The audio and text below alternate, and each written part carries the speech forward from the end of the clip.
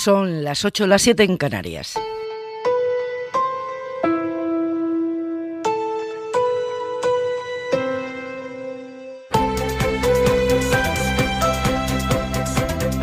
En la cadena SER, hora 25.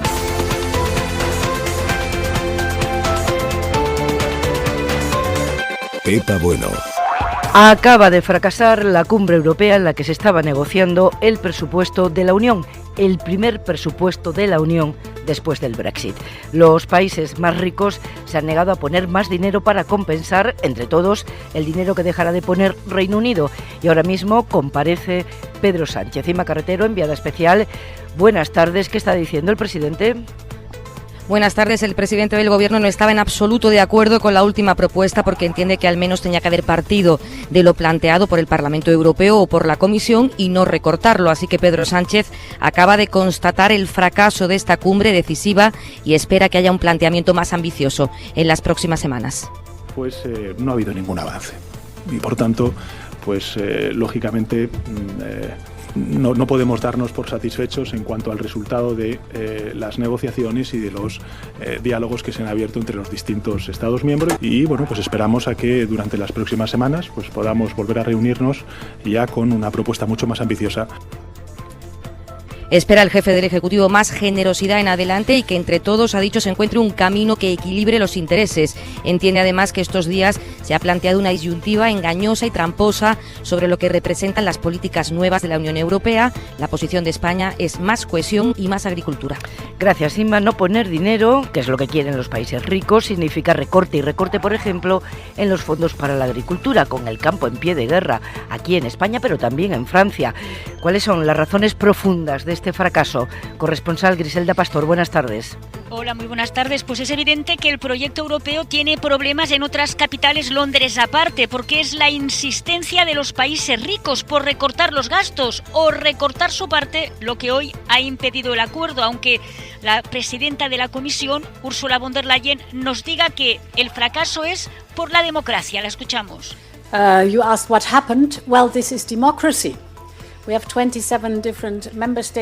pregunta qué ha pasado. Esto es la democracia. Así es, somos 27, afirma von der Leyen en la rueda de prensa que acaba de terminar. ¿Y cuándo volverán a intentarlo? Porque hemos escuchado a Pedro Sánchez decir en las próximas semanas, así sin concretar. Sin concretar, hay quien dice que hasta abril no va a ser posible, pero el presidente del Consejo Europeo ha evitado ponerle fecha y de momento se ha limitado a decirnos que para aprobar hay que ensayar. Lo escuchamos. Moi, je veux simplement ce soir considérer avec beaucoup de sobriété, mais aussi avec de la ténacité, la déterminación. Voy a reaccionar con mucha sobriedad, soy un hombre tenaz, voy a volverlo a intentar. Dice mi abuela que sin probarlo no se puede aprobar. Son sus declaraciones. Griselda, gracias, buenas tardes. Muy buenas tardes. Y nos vamos a Italia ahora porque se están tomando en suelo europeo las primeras medidas de cuarentena a la población para impedir contagios del coronavirus. Hay en torno a 16 contagiados en Italia, pero las autoridades piden a miles de personas que se recluyan en su casa. Corresponsal Joan Solés, buenas tardes. Buenas tardes, Pepa.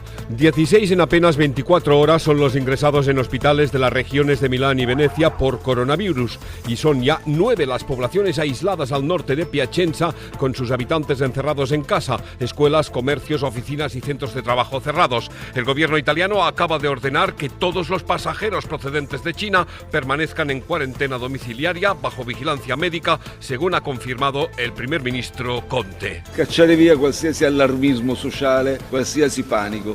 Ni alarmismo social ni pánico, ha dicho el jefe del gobierno italiano. Se ha adoptado la línea de máxima prudencia y precaución. Máxima precaución.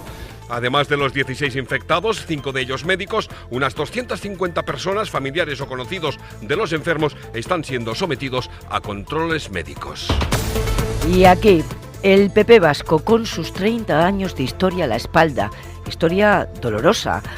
Pues el PP vasco ha visto esta tarde cómo la Dirección Nacional le imponía un matrimonio forzoso con Ciudadanos para las elecciones autonómicas, pasando por encima del criterio de su dirección en Euskadi. Es un agravio de dimensiones grandes y consecuencias inciertas todavía. De momento, El todavía presidente y candidato del PP vasco, Alfonso Alonso, se ha negado a aparecer en la foto de la firma del pacto con Ciudadanos que ha suscrito Teodoro García Egea. No ha viajado a Madrid, a pesar de que la dirección nacional de su partido lo había convocado anoche por WhatsApp. Y finalmente, el pacto se ha firmado esta tarde sin él. Mariela Rubio. Sí, no ha acudido en protesta por haber sido dejado al margen de las negociaciones. La coalición se llamará PP más Ciudadanos y según un comunicado conjunto, el acuerdo recoge que el PP designará al candidato, aunque no mencionan el nombre de Alonso. También que los de Arrimadas tendrán 2 puestos de salida, pero no cuáles ni por qué provincias. Esta indefinición puede rebajar algo la tensión con los de Alonso, porque recordamos que los naranjas daban ayer por conseguidos los números 2 por Álava y Vizcaya, incendiando el PP vasco, que reaccionaba hablando de algo inasumible. La coalición tiene ahora de tiempo hasta el 1 de marzo para conformar las listas.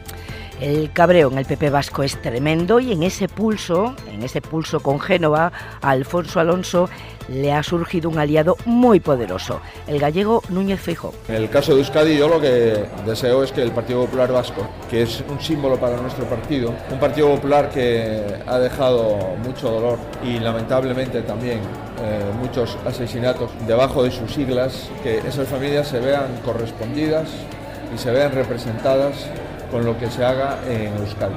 Porque las siglas del Partido Popular en Euskadi tienen un mérito indiscutible, suponen para todos los políticos un respeto.